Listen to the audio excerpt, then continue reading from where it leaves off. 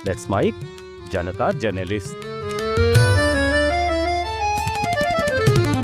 नमस्कार, let's mic के इस विशेष अंक में आपका स्वागत है। अभी जब रूस के राष्ट्रपति व्लादिमीर पुतिन भारत के दौरे पर थे और दिल्ली मॉस्को रिश्ते फिर सुर्खियों में हैं, हम आपको ले चलते हैं उन दिनों में जब भारत आया था सोवियत संघ का सबसे प्रभावशाली नेता लियोनिद ब्रेजनेव। उनकी यात्राएं सिर्फ कूटनीति नहीं थीं, बल्कि किस्सों, हैरानी भरी मांगों और भारत सोवियत दोस्ती की अनोखी झलक से भरी थीं। आज हम बात करेंगे कि कैसे एक कद्दावर सोवियत नेता ने राष्ट्रपति भवन के आलीशान बाथरूम में रखवाया सस्ता लाइफबॉय साबुन और क्यों भारत ने उनकी हर विचित्र मांग को मुस्कुराकर पूरा किया। व्लादिमीर पुतिन जब भारत की धरती पर उतरते हैं तो दोनों देशों के रिश्तों का जिक्र अक्सर आज की भू राजनीति के चश्मे से होता है, लेकिन भारत रूस सहयोग की जड़ें कहीं गहरी हैं। उन जड़ों की एक मजबूत शाख माने जाते हैं लियोनिद इलिच ब्रेजनेव, जिन्हें 1960 से 80 के दशक में दुनिया ब्रह्मांड की सबसे बड़ी सैन्य ताकतों में से एक सोवियत संघ का सबसे प्रभावशाली नेता मानती थी। भारत और ब्रेजनेव का रिश्ता वैसा ही था जैसा एक पुराने दोस्त का, जिसके आने पर शहर सज उठता था, संसद में कुर्सियां भर जाती थीं और लोग सड़कों पर कतार लगाकर नारे लगाने लगते थे, हिंदी रूसी भाई भाई। पुतिन के इस दौरे की पृष्ठभूमि में आज हम उसी इतिहास को पलट रहे हैं। बात है 15 दिसंबर 1961 की। ब्रेजनेव पहली बार भारत आए एक सप्ताह के भीतर तैयार की गई हड़बड़ी यात्रा में। दिल्ली से 50 मील दूर जैसे ही उनका विमान भारतीय वायु क्षेत्र में दाखिल हुआ, 8 लड़ाकू विमान उन्हें एस्कॉर्ट करने लगे। पालम पर उतरते ही 21 तोपों की सलामी। राष्ट्रपति राजेंद्र प्रसाद बीमार थे, इसलिए स्वागत किया उपराष्ट्रपति सर्वपल्ली राधाकृष्णन ने। लेकिन इस यात्रा में 2 बातें अधूरी रह गईं। ब्रेजनेव भारतीय संसद को संबोधित करना चाहते थे, लेकिन सत्र स्थगित था। वे विशाखापट्टनम जाना चाहते थे, लेकिन वहां उनके स्तर की आवासीय सुविधा मौजूद नहीं थी। राजनीति के गलियारों में ये बातें तब काफी चर्चा में रहीं। बहरहाल नई दिल्ली में उनकी मुलाकात जवाहरलाल नेहरू से हुई, जहां निशस्त्रीकरण, जर्मनी, उपनिवेशवाद और विश्व शांति जैसे बड़े मुद्दों पर लंबी बातचीत चली। टाइम्स ऑफ इंडिया ने लिखा था, पालम से राष्ट्रपति भवन तक की सड़कों पर खड़ी भीड़ ने ब्रेजनेव पर फूल बरसाए, हर कहीं नमस्ते कॉमरेड की गूंज थी। राष्ट्रपति भवन में उनका ठहराव, सांस्कृतिक कार्यक्रम और फिर भारत का लंबा दौरा। आगरा, बंबई, अंकलेश्वर, बड़ौदा, कलकत्ता, मद्रास, जयपुर और महाबलीपुरम। जयपुर में तो हाथी की सवारी के बाद उन्होंने हिंदी में लोगों को शुक्रिया कहा तो लोग चकित रह गए।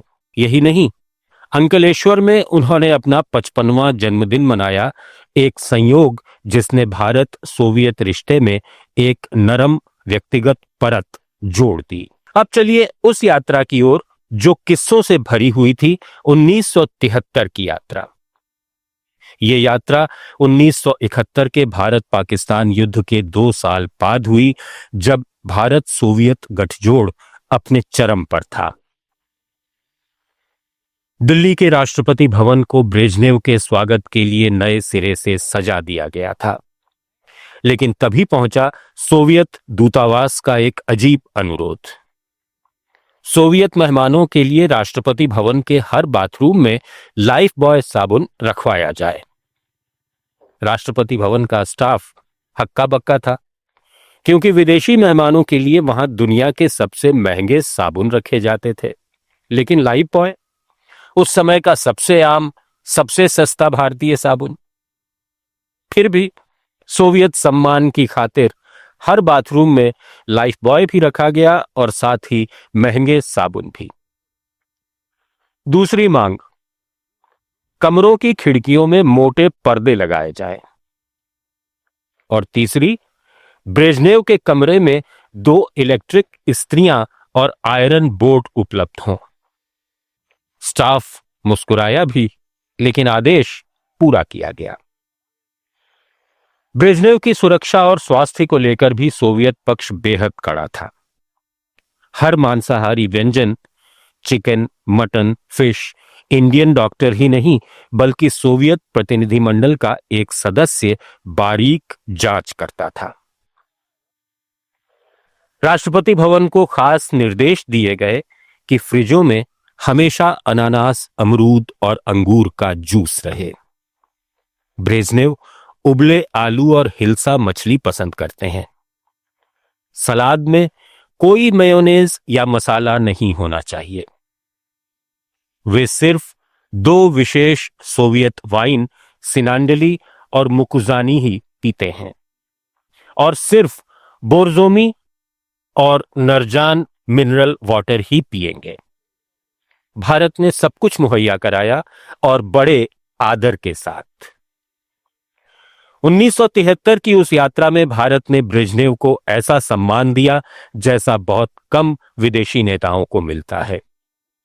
लाल किले में नागरिक सम्मान, राष्ट्रपति भवन में इंदिरा गांधी द्वारा दिया गया भोज और फिर सांस्कृतिक कार्यक्रम, कथक, मणिपुरी और भारतीय शास्त्रीय संगीत का रंगारंग प्रदर्शन। अगले दिन इंदिरा गांधी अपनी पोती प्रियंका को ब्रेजनेव से मिलवाने लाई थी। बाद में राहुल गांधी थी और उन्होंने ब्रेजनेव को एक बोलने वाली मैना भेंट की थी।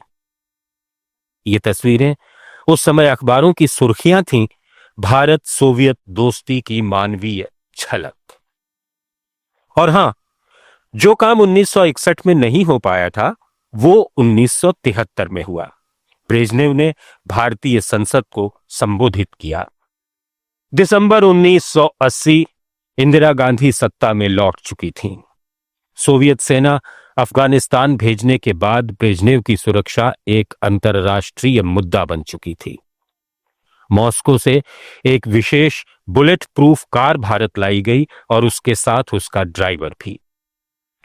भारत ने सुरक्षा व्यवस्था को इतना कड़ा कर दिया कि राष्ट्रपति भवन में किसी को खिड़की से झांकने तक की मनाही थी। इस बार भी भोज, सांस्कृतिक कार्यक्रम और नागरिक सम्मान हुआ, लेकिन अफगानिस्तान का मुद्दा दोनों देशों के बीच एक अनकही तलखी बन चुका था। द हिंदू ने लिखा, इंदिरा गांधी ने स्पष्ट कहा कि भारत किसी भी देश द्वारा दूसरे देश में हस्तक्षेप के खिलाफ है। न्यूयॉर्क टाइम्स ने टिप्पणी की, ब्रेजनेव जिस बियर हक की उम्मीद लेकर भारत आए थे वो उन्हें नहीं मिला। फिर भी भारत की जनता का प्यार वही रहा।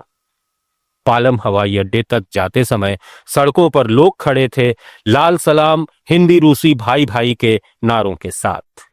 1982 में ब्रेजनेव का निधन हो गया, लेकिन उनके भारत सोवियत रिश्तों पर पड़े असर आज तक दर्ज हैं। भारत रूस रणनीतिक सहयोग की नींव में ब्रेजनेव का योगदान बेहद गहरा माना जाता है।